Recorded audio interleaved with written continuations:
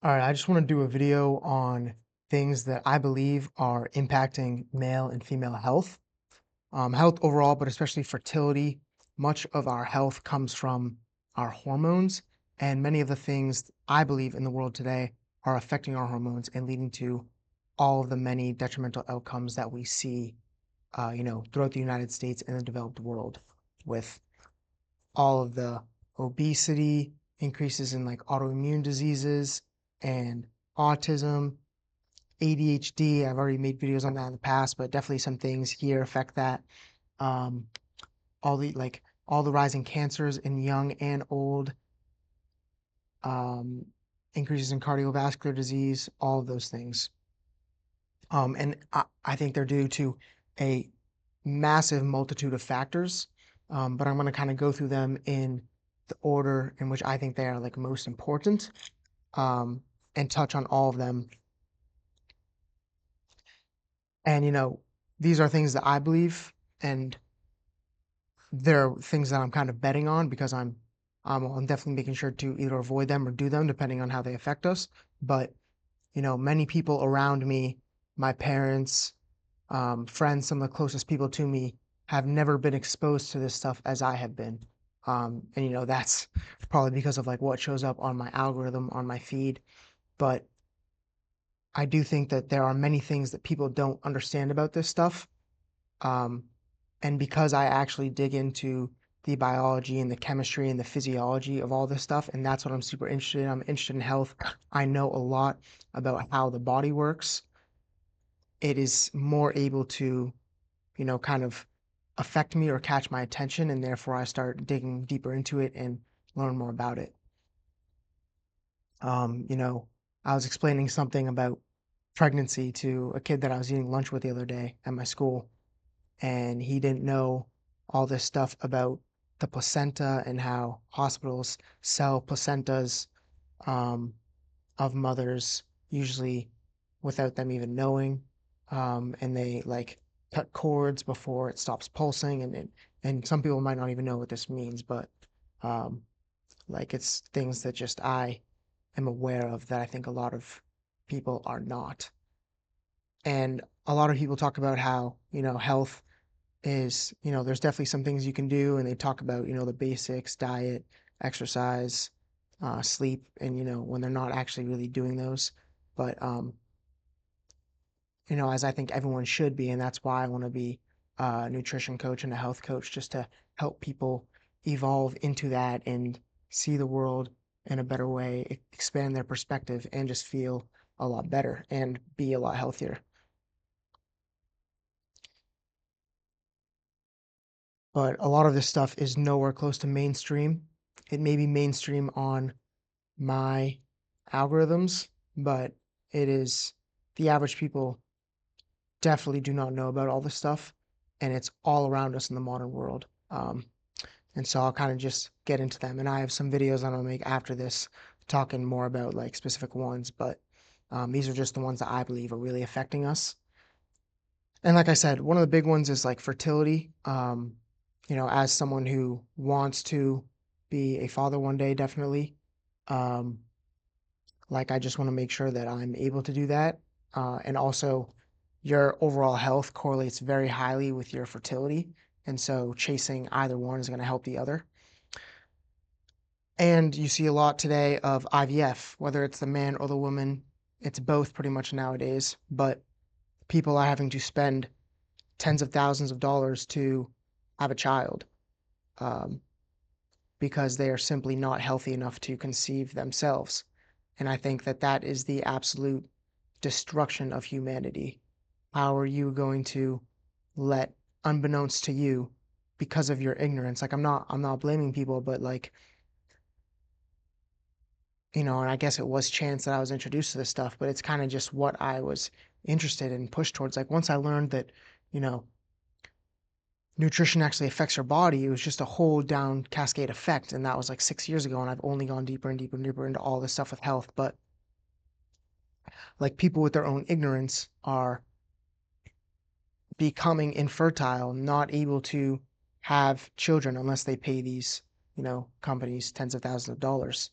Um, And it's not simply just that. They also function not very well. They're gonna get diseases a lot earlier, not be able to, you know, be as mobile as they want to be, as sharp as they want to be. And those are just all the things I don't want for myself or for those that I love. So as much as this is for, myself, it is also for protecting the people around me.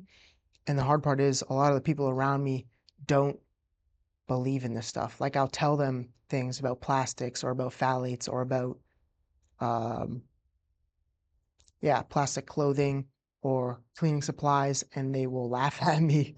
Um, they will just like rub it off. And another point that I'm going to talk about in a later video is about like, um, understanding reality, but believing what benefits you.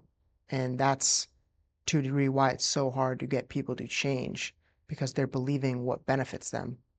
Which is good, but also bad in the sense that they're not updating their version of reality, which, you know, not to say that I'm always right, but I think that a lot of these things are very true. Um, Hence why they are talked about by some of the leading doctors and functional medicine doctors on the planet. So let's get into it. So overall, probably the biggest thing I think affecting our health, which is kind of like basic, but yeah, so I'll start with nutrition. Obviously, I mean, all the things that you eat affect the expression of your genes through the epigenome. And so food is probably the biggest factor because it can simply turn on your absolute best genes and turn off the bad genes, which is huge depending on which foods you eat. And that also includes like timing and things of that sort and amounts. And along with that, kind of the biggest overarching thing is your overall body composition and metabolic health. And that's not really something that is like a factor. It's sort of like an overarching theme because all of these things that I'm going to talk about affect your body composition and your metabolic health and your hormonal health. But making sure that you're in a good body fat percentage, you have a good amount of muscle, you have a good VO2 max, and building those and working on those daily, weekly, that is very important. Um, and you do that through these things, nutrition being the first. Then obviously, um, it is, and by nutrition, I don't just mean eating really good foods. I also mean making sure you're hitting all of your micronutrients, which is very important. Um, and eating mainly whole foods will pretty much get you there already. But like, if you really want to be really good about it, after a while of eating really well, you can start learning more about micronutrients and figuring out like the foods that you eat and how that contributes to what you're getting on a daily basis, and then seeing where you can fill in any gaps with things that you're not getting. Next is going to be sleep. So quality and quantity, absolutely huge. You can do many things wrong in your life, but if you get really good quality sleep and really good quality nutrition, you're still going to be a very, very healthy person. Um, and then third for that, I would put exercise. So if you have exercise, sleep, and nutrition, the fundamentals down, it's hard to um, be unhealthy after that. There are definitely these things that I'm going to talk about can affect you very much, but you'll be so much better off if you have those three foundations down. So those are the basics that we know about, right? Obviously, no, obviously staying away from smoking, vaping, alcohol, um, most drugs or almost all drugs. I bet you there are certain drugs that are probably good for you, but I am not that advanced and don't know anything about that. So I'm just going to say no drugs. Um, Obviously dealing with any like true medical conditions that you have, like type 1 diabetes or, you know, thyroid conditions, which I think a lot of that just comes down to the first three that we talked about and some of these other ones. Next, we have your stress load and how nervous you are and your stress tolerance. So, what matters more is your stress tolerance, not exactly how much stress you have.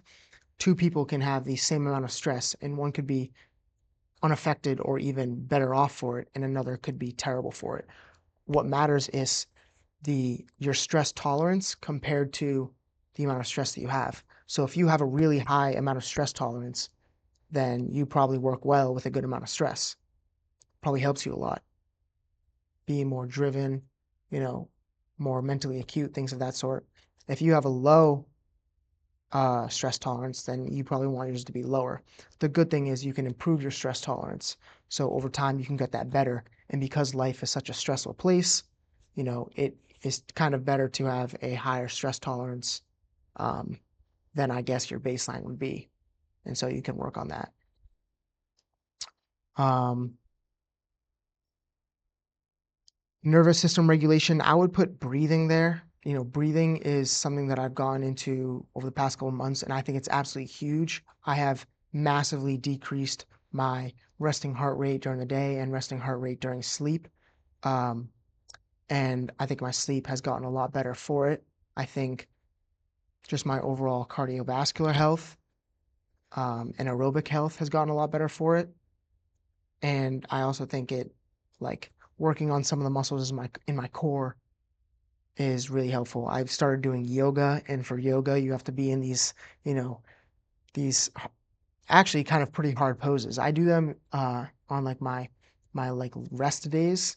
I have yeah, I do them on my rest days, and like because I'm cutting right now, but you have to be in these hard poses, and you gotta breathe during it, and it's really wild. So I think breathing is a huge one that people don't really um understand. I would go to probably like Andrew Huberman's video on breathing. He has a bunch of good tools there. There's kind of two that I do. Um, One of them is like, actually, there's probably three. I'll just give you the biggest one. The biggest one is like breathing in as much as you can through your nose, and then another breathe in as much as you can, hold it for a couple seconds, and then breathe out for um, a very long time. When you breathe out, your heart beats slower. When you breathe in, your heart beats faster.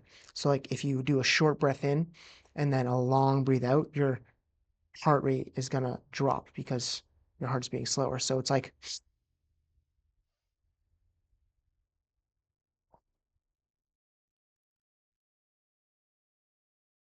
and then you just keep breathing out until you're fully done. Hold a few seconds and then do it again. I'll do that, anywhere between 1 and 10 times before bed, and it helps so much.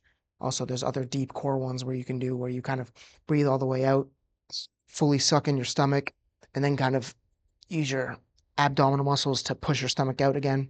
Those are kind of cool, but yeah, nervous system regulation is huge. Then I would put, we already talked about exercise, but making sure you're both doing strength training, getting a lot of movement in throughout the day, especially walking. Also, maybe some light exercises, and then also aerobic training, VO2 max training, both like zone two, base of your cardio, and peaks of your cardio, which is your VO2 max. Um, Next, I would say your uh, connection with others and the health of your relationships and of community. That is so huge. There are people um, that and drive and purpose, community and social connections and drive and purpose, I think can push people a lot farther than people understand. You can have kind of a poor diet, not so good sleep, not really exercise, but if you have a strong purpose and you have good social connections, I would say that's maybe almost as good as the other stuff I talked about. So those are huge.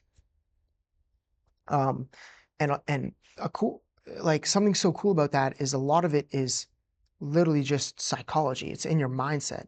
Like just simply the way that you think is affecting your health, which like on the one hand is obvious, but on the other hand, it's like your thoughts, like this stuff in our brain that we can't really like comprehend is changing the physiology of your body. It's kind of amazing. And it's way more powerful and potent than the majority of people understand. Um, okay, next we're kind of getting into the toxins, and these are the ones, everyone kind of understands the ones that I've talked about already. Um, And of course, we're all not perfect with them. I'm not even perfect with them. I'm not even perfect with the foundations. I got to get my basics completely down. And like in one of my previous videos, I think I said that like the basics are the entire pyramid, not just the foundation. Like if you do the basics consistently, like that's pretty much all you need. Like that's very, very good. And it's very hard to do that as well. So, um, but when I start getting into these other stuff about toxins, this is the stuff where most people don't even understand any of it. They've never heard the language before. They don't know what it means. They don't know really, they don't even know what their hormones are. Maybe they've heard of estrogen and testosterone, but like they don't know the other ones or how they interact. Um, and they don't know about like receptors and things that you don't really need to know the chemistry of it and the physiology of it, but it does help. And like knowing how all these things can impact uh and like reduce the receptors or bind to the receptors and therefore reduce the output of like your testosterone and estrogen are huge. And that's the main thing that these things are doing in the modern day. And people just don't understand this, aren't aware of it, have never heard of it. And therefore, whenever I tell them about it, they immediately like diminish it. Um, and there are so many studies on this stuff, and it's wild. But first, I'll talk about plastics. So, maybe some people have heard of microplastics, but the average person definitely not. Um, you know, anyone who's storing hot food in plastic containers or pouring hot coffee or hot liquid into plastic cups or paper cups, because the paper cups are lined with plastic. So any Dunkin', any Starbucks, any, coffee place you go to, a lot of people like store their food in plastic containers and things like that. Um, Plastic water bottles, uh, tea bags that are made of plastic. There's many other things the plastic harms, and it gets into your body, gets into your brain, gets into all of your organs, and it can really disrupt your hormones in that way, or just disrupt the function of your cells, which is probably even worse. Next up, we have fragrances, phthalates, parabens.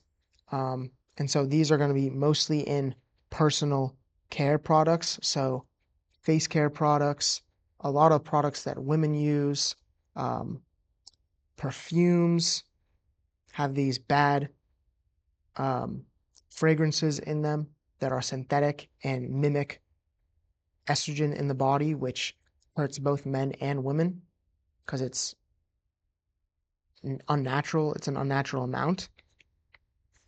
Um, it's also in makeup. And these are things that women are putting on their skin, men and women are putting on their, but especially women, putting on their skin all the time.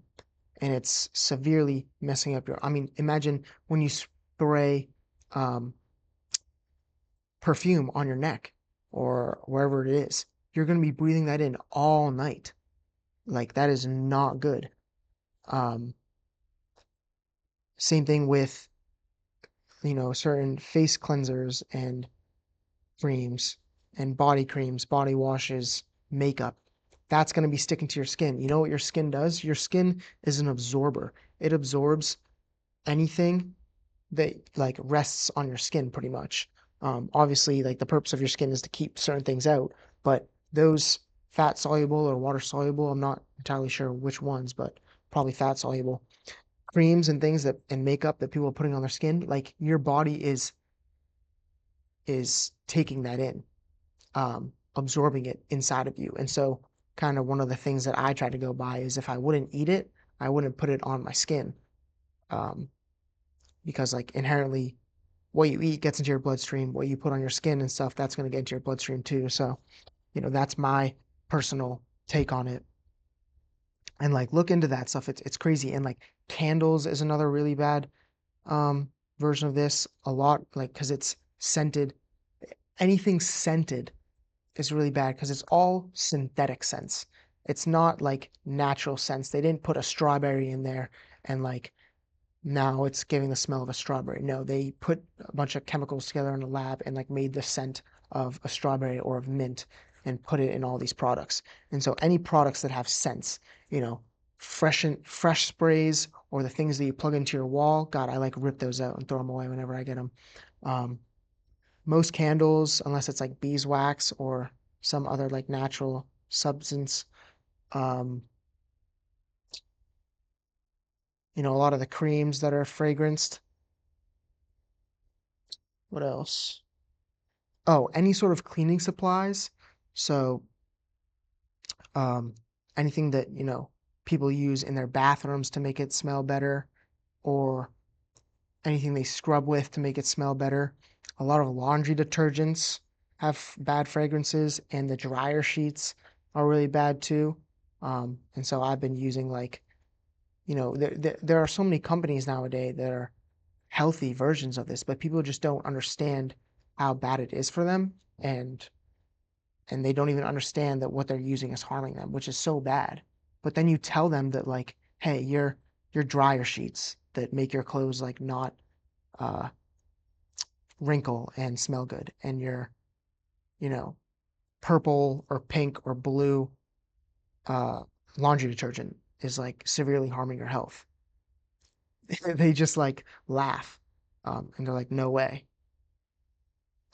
Um, and so I'll talk about in another video. It's just like, are you going to adapt or are you going to decay? So I personally want to adapt. I want to be aware of this stuff. I want to be not ignorant, and just try, because I want to preserve my fertility. I want to preserve the fertility of, you know just the people around me. To be honest, especially like my girlfriend and things of that sort, my brother. But I mean, he can worry about that for himself. But like, I'll obviously, like inform him of these things because that's what we do as like people who care about each other. Um, but not only that, like also just to be healthy in general. Like that's what I want. Just to feel better, move better, think better. And so that's why I want to be aware of all these things. Next is pesticides and herbicides. So this one is huge because it's in a lot of the food that we eat in the United States and other places around the world. Um, and so, again, these pesticides and herbicides are most of the time synthetic, and engineered. And so they are very bad for humans. Many of them have been banned in the past, such as like DDT. Um, but there are certain ones nowadays, like glyphosate and others, which are, not banned in the US, but banned pretty much in Europe. But in the US, they still kind of spray on everything. And, that accumulates over time in your body and is not good. Um, and I've probably eaten that a lot throughout my life. But, as I get older and I'm able to, and I've learned about this stuff, like I want to make sure that I'm getting my foods. Um, First of all, best would be kind of locally from local farmers that I trust, um, and that don't use these sorts of things, and that farm, regeneratively or organically. And next best would be like just regenerative or organic from places shipped around in these, you know, local grocery stores or things of that sort, or some of the bigger stores, if they don't have what I need. But that is kind of like best case scenario is like shopping local, organic, or regenerative, and making sure that you really know what is being put into your food. Um, yeah, so next toxin we have is forever chemicals. Uh, so this is kind of stuff like non-stick pans that are super bad, and that people are like, I'll tell my sister or my parents about it, and they're like, ha ha, ha, like, there's no way. Um, but yeah, non-stick pans, like it has Teflon and these other bad metals and forever chemicals on them. A lot of plastics have forever chemicals on them, so you're getting like double-edged sword there. Um, like stain resistant and water resistant chemicals that can be on clothing and other things. But the pans are a huge one because people cook in those all the time, and they're using metal spatulas and things like that and scraping off the lining of the nonstick pans. So, you know, stainless steel, cast iron, air fryer, things like that. is what I use. Next up is the heavy metals. So mercury, lead, cadmium, arsenic. The biggest ones you have to watch out for are like the big fish. So tuna, shark if you eat that, or swordfish. Um, and there are definitely some others. I think lead can be in a lot of different things. I'm not entirely sure about what, but like, you know, oh, like certain spices and certain foods have these things in higher amounts and salts. And so you just kind of, I've just been exposed to this and looking up different brands to see if they've been tested and what amounts they have. Um, and so that has been big and like differentiating between brands and sort of things like that. And heavy metals is also one that you can get tested. You can get microplastics tested. You can get PFAs, and I think phthalates tested and stuff. I haven't. I've done mercury and lead, but I haven't done the other ones. When I get some more moolah, I'll be doing that. But okay, air pollution and indoor air quality is huge. So I love to be, outside whenever I can, away from roads, preferably. I would never want to live in the city, to be honest, for that reason. I always try to keep my windows open if possible. Another thing about air pollution that is huge is, um, and we haven't talked about this one yet, but clothing. Most clothing nowadays, almost all of it is made with plastic. It's literally made from recycled soda cans and water bottles. These companies are laughing at us because they're selling us pennies worth of plastic for us to wear on our clothes for like $80, $100 from Lululemon. It's kind of wild. They literally take these plastics, crush them, swirl them together to create these like threads, and then that's what we wear on our bodies. It's literally plastic. And the crazy thing is microplastics get shedded off of them all the time as we wear them. They can get absorbed into our skin. And the biggest one is underwear, undergarments for men and women. Undergarments have been hugely, like plastic underwear for men has been hugely linked to extra microplastics in like the testicles and has majorly impacted fertility in many, many studies. Same thing with women. Plastic, polyester, nylon, rayon, elastane, all of those plastic materials, when they're wearing that as underwear or when they're wearing it as a sports bra or some sort of bra, it's literally getting into their skin, getting into their ovaries, getting into their uterus, getting into their breasts. And it's a huge thing that I think is contributing to breast cancer and, these PCOS things, polycystic ovarian syndrome, and a lot of infertility, and a lot of and maybe just like irregular cycles or messed up um, ovulation things. And it's huge. And all these women are wearing, Lululemon or these other brands that are just straight up plastic. And they're usually either wearing plastic underwear or no underwear at all with just the plastic like pants, not pants, but leggings.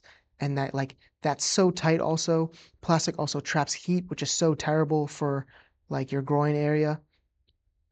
And so it's a huge one. Um, and I myself have gotten heavily away from plastic in my clothes. I'm still not completely clean. I'm probably all the shirts I wear are, cotton or cashmere or linen or some other wool, bamboo, some other, mostly cotton, but any like natural material. Um, but some of the shorts I wear are still the athletic, Lululemon shorts because that's just what I have. Um, and but the underwear that I wear is always cotton. But the bad thing about these plastic clothes as well is that when you wash them in your washing machine, the vent of your washing machine is churning these plastic clothes and basically erupting microplastics into the air everywhere. So I hate like laundry machines and dryers because of this, because people are always using, these terrible detergents. They're always using these terrible dryer sheets on top of all these microplastics that is in everyone's clothes being pushed up into the air. And it's like I walk into a toxic soup whenever I go into the laundry room. Um, and like there's ways to make this not happen. You can use a good laundry detergent. You can use, you know, there's different, they're not dryer sheets, but they're things that sort of mimic what they do, where you kind of put real natural um, things that have natural scents in them in a little packet or whatever that's reusable that you put in the laundry. That's what I use. And so it's scents, but it's natural scents, not the synthetic stuff. And then, if you have all natural fibers, then you're not going to be putting up all these microplastics into the air. And so a major destroyer of indoor air quality for people is the fact of their dryer and washing machine putting up all these microplastics from all their clothes, which is massive. Which is also why when I'm older, I want a, you know, a bunch of air filters in my house and or, really good plants, indoor plants. Um, so that's a huge one. A one that people laugh at so much. Whenever I tell my sister, my girlfriend, my parents, even my friends about like these plastics in their clothes, and they see me wearing this cotton stuff, or they see me at practice wearing cotton underneath my polyester shirt that I have to wear for soccer, and they're like laughing at me. I mean, they can laugh all they want, but I am really just looking out for them. I care for them. That's why I'm telling them about this stuff. Like I want the best for myself. I want the best for them. And I just don't believe that this, like wearing plastic water bottles that I overpaid for by 100x from these companies that don't really care at all, is like good for me or good for those that I care about. Next up is mold/water damaged buildings. I haven't looked too much into this, but I know a lot of people have been affected by that. I have not been personally, at least I don't think so.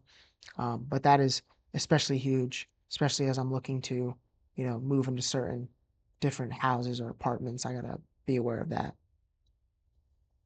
So cleaning chemicals and synthetic home fragrances, I kind of already talked about that one. Um, and that's a huge area. I mean, there are even studies of like people who are cleaners, and after 20 years of cleaning, their lungs are as bad as someone who's been smoking like 20 packs a day for 20 years. It's kind of wild. Um, and there's many other studies similar to that. It's huge, and it's so crazy because like there's all of these studies about it that are huge, but it's also backed up by mechanisms.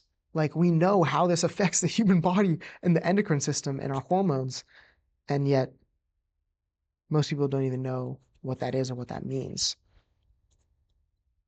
Um, this one probably should have been higher up, but water quality. I mean, a lot of this stuff that I've been talking about, plastics are in water. These forever chemicals are in water because they don't break down. They're inherently forever. The parabens and fragrances and phthalates can be in water. And a big, huge one is synthetic hormones. Most women are taking hormonal birth control as a pill, and they're literally eating hormones, right? And so some of that gets taken up into their body, but some of it gets like they just pee it out, and that goes into the water supply. And then what do they do with the water supply? They just clean it, um, or filter it or whatever. But you know what doesn't get filtered out? The hormones. And so a big part of, why tap water is so bad is all those things, but also it could literally have hormones in the water, which is very bad. So that's another thing as well. Making sure to have a good, really good quality water filter is huge. And I definitely, when I'm older, want to have one in like my entire house, I definitely already have them in my showers. I have the shower filters, but at least like your your like um, water that you use to cook and things like that, and especially drink, of course. But a full house one would be better. It's just more expensive. synthetic and tight clothing that we talked about, underwear and leggings, bras. Oh, restrictive bras too for women. Like, if you don't know about your lymphatic system, I think more people have learned about that recently. Um, it's kind of like you have your veins and arteries for all your blood, but your lymphatic system is kind of similar, but it's kind of it's a lot of fat, but it also helps a lot with your uh, like immune system. So a lot of infections and stuff, your body moves through the lymphatic system to fight and things like that. And your body doesn't like your heart is not pumping your lymphatic system. Your lymphatic system just gets moved through your body by moving around and it dumps back into your bloodstream, like at your neck here and stuff. But we have huge lymphatic, veins, quote unquote, going under like our armpit and near our chest and into our um, like around our chest, under our chest, things of that sort. So when women are wearing really restrictive bras that are like pushing against them and like squeezing them, they're like not allowing good flow of both probably blood, both, probably breathing problems, like we were talking about how breathing's huge, and then also this lymphatic drainage. And so I think that's also not only is it plastic bras that are so bad for women, but also restrictive bras um, that I think are blocking like that flow and leading a lot to breast cancer, as I was talking about. Like, I mean, if you look at all of the things over the past, 50 to 100 years and how everything has like quintuple, octuple X, it's like gone up 10, 20, 50% over the past 50, 100 years. Like, you see that and it's not just like, oh, that's crazy. Like, I intuitively, I'm like, why? Like, why has breast cancer gone up that much? Why have C-sections gone up that much? Why have the amount of vaccines we've been given gone up that much? How has the amount of sugar we have eaten gone up that much? How has the amount of fruits and vegetables we've eaten gone down so much? It's like, why? And so that's kind of how I've gone into all this stuff is because I'm simply thinking like, why?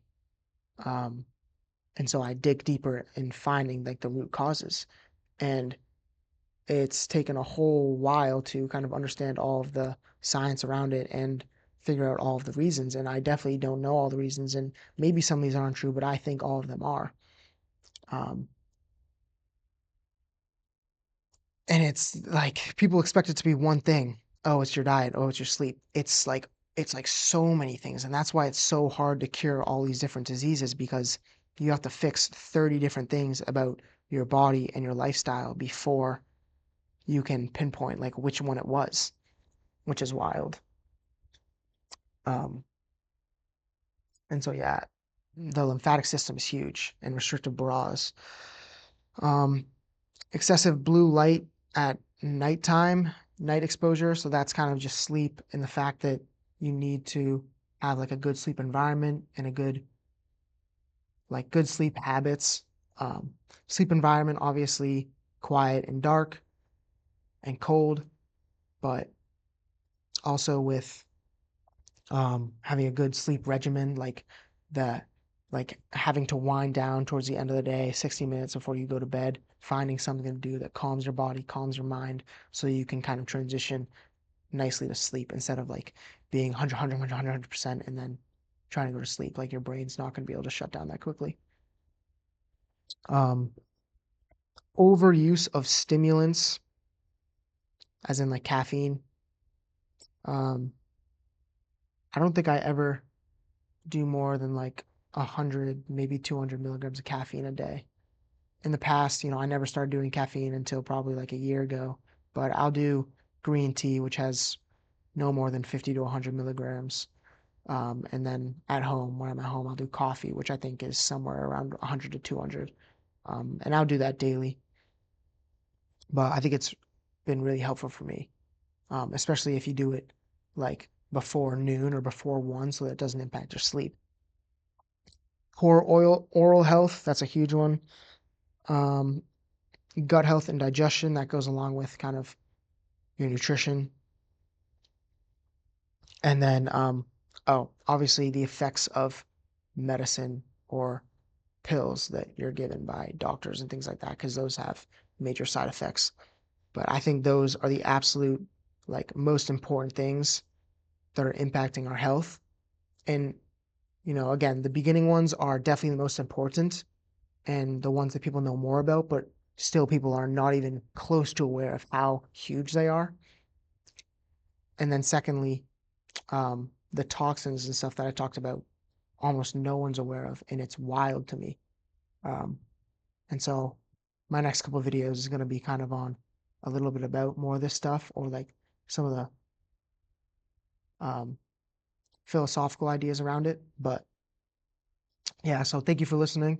Um, if you learn something new, kind of dig into it yourself. Look at some of the studies. Look at what some of the biggest scientists think about this, and the biggest doctors, and how it's affected certain people's lives. Testing around it, um, and it's wild. And then slowly make adjustments where you feel needed. Thank you for watching.